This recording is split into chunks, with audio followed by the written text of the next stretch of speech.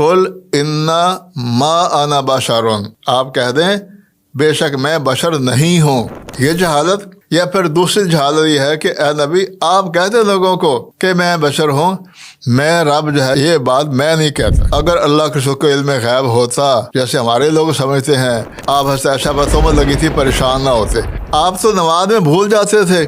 بے شمار یہ واقعہ موجود ہیں جو سجدہ صاحب کیا آپ نے، کبھی تشہد رہ گیا تھا آپ نے، کبھی آپ نے 4 رکعتوں کے بجائے 5 رکعتیں پڑھا دی تھیں یا پھر سجدہ صاحب کیا تھا. تو کیا کوئی شخص اگر عالم غیب ہو، کس کے پاس علم غیب، کیا وہ نمازیں بھولے گا؟ اسلامنا ہدیۃ من ربنا الرحمن.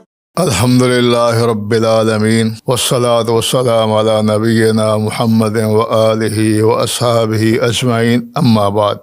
ہمارے ہاں بشریت رسول کے حوالے سے کہ انبیاء بشر تھے یا نور تھے، یا اللہ کے رسول بشر تھے یا نور تھے، یہ بات کافی جو زور و شور سے بیان کی جاتی ہے، خاص طور پر جو بریلوی مکتبہ فکر ہے کہ اللہ کے رسول جو ہیں وہ بشر نہیں تھے، نور تھے، خاکی نہیں تھے، نوری تھے. قرآن پاک میں بے شمار آیات میں اللہ رب العزت نے اس بات کی وضاحت فرما دی کہ انبیاء بشر تھے. مشرکین جتنے بھی تھے انہوں نے بہت سے انبیاء کو اس وجہ سے نہیں مانا، ان کا یہی اعتراض تھا یہ تو ہمارے جیسا بشر ہے، کھاتا پیتا چلتا پھرتا سوتا جاگتا. تو اللہ رب العزت نے وہ یہ کہتے تھے ان انتم الا بشرم مثلنا، کہ تو آپ ہمارے جیسے انسان ہیں تو ہم آپ کو نبی کیسے مان لیں. ان الفاظ کے ساتھ قرآن پاک میں متعدد آیات موجود ہیں. سورہ الکہف میں فرمایا قل انما انا بشرم مثلکم یوحی الیہ، کہ بحیثیت بشر میں تمہارے جیسا ہوں، یعنی میں بھی خاک سے پیدا ہوا ہوں، میں کھاتا بھی ہوں پیتا بھی ہوں، میں نکاح بھی کرتا ہوں، مجھے بیوی کی حاجت بھی ہے، میں تھک بھی جاتا ہوں، میں آرام بھی کرتا ہوں. جو تمام بشری تقاضے ہیں ایک جسم کے، انسان کے، وہ سارے کا سارے موجود ہیں مجھ میں. سوائے ایک فرق ہے کہ اللہ رب العزت نے مجھے نبوت کے مرتبے پر فیض کیا ہے، مجھ پر وحی آتی ہے، تم پر نہیں آتی. جو جاہل قسم کے مولوی جو اس آیت کے بارے میں نے جو ان کے کلپ سنے کہ اپنے غلط عقیدے کو ثابت کرنے کے لیے کس طرح قرآن سے کھیلتے ہیں اور حدیث سے بھی کھیلتے ہیں. اب یہ جو آیت ہے نا انما انا بشر مثلکم، میں نے خود ایک کلپ سنا اپنے کانوں سے. وہ مولوی کہہ رہا تھا کہ قل انا ما انا بشر، یعنی انا ما کا معنی وہ یہ کر رہا ہے کہ انا کو الگ پڑھ کے ما کو الگ پڑھ کے. تو اے نبی آپ ان سے کہہ دیں کہ میں بشر نہیں ہوں، یہ اس کا ترجمہ کیا جا رہا تھا. اور بعض جو جاہل قسم کے لوگ ہیں وہ کہتے ہیں کہ اے نبی آپ کہہ دو میں بشر ہوں، میں نہیں کہتا، رب نہیں کہتا کہ تم بشر ہو، تم کہہ دو لوگوں کو. تو کبھی اس آیت کو یوں بگاڑا جاتا ہے، اس طرح اس کا معنی مفہوم نکال کے کہ قل انا ما انا بشرن، آپ کہہ دیں بے شک میں بشر نہیں ہوں. یہ جہالت. یا پھر دوسری جہالت یہ ہے کہ اے نبی آپ کہہ دیں لوگوں کو کہ میں بشر ہوں، میں رب جو ہے یہ بات میں نہیں کہتا. بشریت رسول کے حوالے سے یعنی جو ان کے بہار شریعت وغیرہ میں جو نبی کی تعریف ہے نا، اس میں پہلی شرط یہ ہے کہ بشر ہوگا اور رجل ہوگا، یعنی مرد ہوگا، عورت کبھی نبی نہیں بن سکتی. تو جو ان کی بڑی کتابیں ہیں عقیدے کی، بریلوی حضرات کی، جن کے نام پہ یہ جامعہ مجریہ بنا ہوا ہے کراچی شرف آباد میں، تو بہار شریعت میں ان کی کتاب ہے، اس میں لکھا ہوا ہے انبیاء سب بشر تھے اور مرد. اور اسی طرح کی بات جو شاہ احمد رضا خان بریلوی نے بھی اپنے فتاوے میں کی ہے. ان کی ایک کتاب ہے فتاوی افریقیہ، ایک فتاوی رضویہ ہے، ایک ان کی کتاب ہے فتاوی افریقیہ. یعنی جب وہ افریقہ میں جاتے تھے دعوتی دورے پر، لوگوں سے سوالات کرتے تھے، وہ ان کے جواب دیتے تھے. ان سے کسی نے پوچھا کہ اللہ کے رسول کی اور ابو صدیق کی اور عمر فاروق کی یہ قبریں تینوں ایک ساتھ کیوں ہیں؟ تو انہوں نے اپنے کتاب میں اسی فتاوی فریقیہ میں مسئلہ نمبر 63 اس کا جواب دیا۔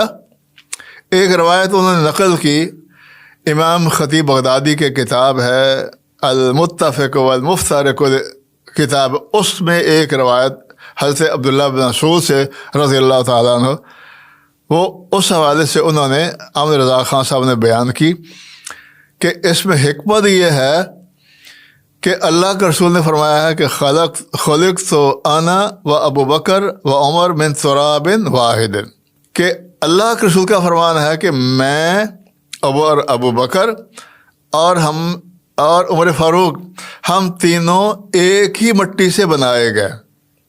تو وہاں تو وہ کہہ رہے ہیں کہ وہ آپ مٹی سے بنے ہوئے، اللہ کے رسول نور نہیں تھے وہ۔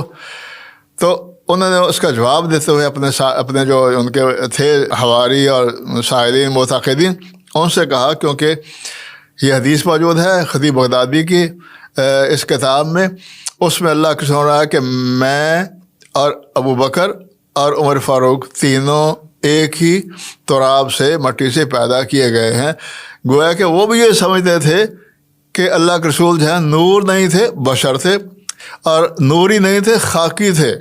دوسرا مسئلہ یہ ہے جو ہمارے یہاں عقیدہ پھیلایا جاتا ہے بہت زیادہ، کہ اللہ کے رسول کو علم غیب تھا، اور قرآن میں اللہ رب العزت نے اللہ کے رسول کی زبانی بات کہلوا دی، ولا اعلم الغیب ولا اقول انی ملک، نہ میں غیب جانتا ہوں اور نہ میں یہ کہتا ہوں کہ میں فرشتہ ہوں، یہ نوری ہوں میں۔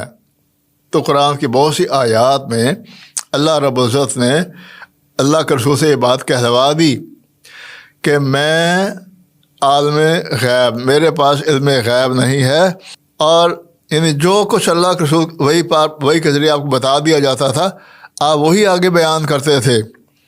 بے شمار اس طرح کے واقعات حدیث میں موجود ہیں۔ آپ سے پوچھا گیا سوال، آپ نے لا ادری حتی اسأل جبریل، میں نہیں جانتا، جب میں بتاؤں گا اس کا جواب جبریل جب آئیں گے۔